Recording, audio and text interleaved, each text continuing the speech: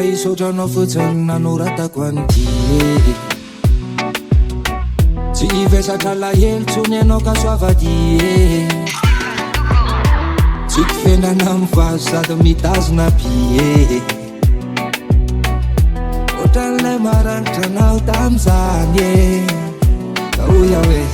iaino ny tena fiainana de le tena fiainana le nandalovanao le tsy mba sahinana tao fa sao de petalobe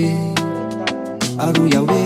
mangala foana fotoany sainana na de tsy ho itsony areo mba hitarainanao de tsy mba nanana fikasana koatran'ny asambatranao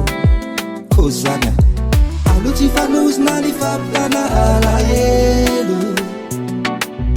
satria ny fosambola mafana iara maheno samde bady ilay varisy petsambaratelo misaotra mo misy fa miakotry zay samitapitratre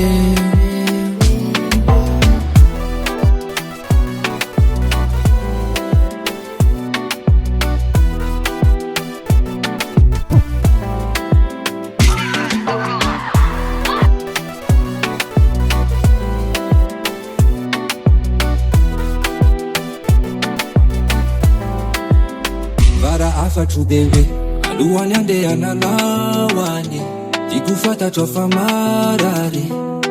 fa alahelo tsy ambaramaro zaka ny tompony eny any malasanay zirony andromamy fitiavana natao tsy olany zavelo mavery saidomaro danary andanare iaino ny tena fiainana de le tena fiainana le nandalovanao le tsy mba sahinana tao fa sao de petalobe aroia hoe mangala foana fotoany sainana na de tsy ho itsony areo mba hitarainanao de tsy mba nanana fikasana koatran'ny asambatranao alo tsy fanosina ny fampitana alahelo satria ny fosambola mafana iara maheno bady ilay varisy petsambaratelo misaotra mo misy fa miakotry zay samitapitratre alo tsy fanosina ny fampitana alahelo satria ny fosambola mafana iara maheno samde bady ilay varisy petsambaratelo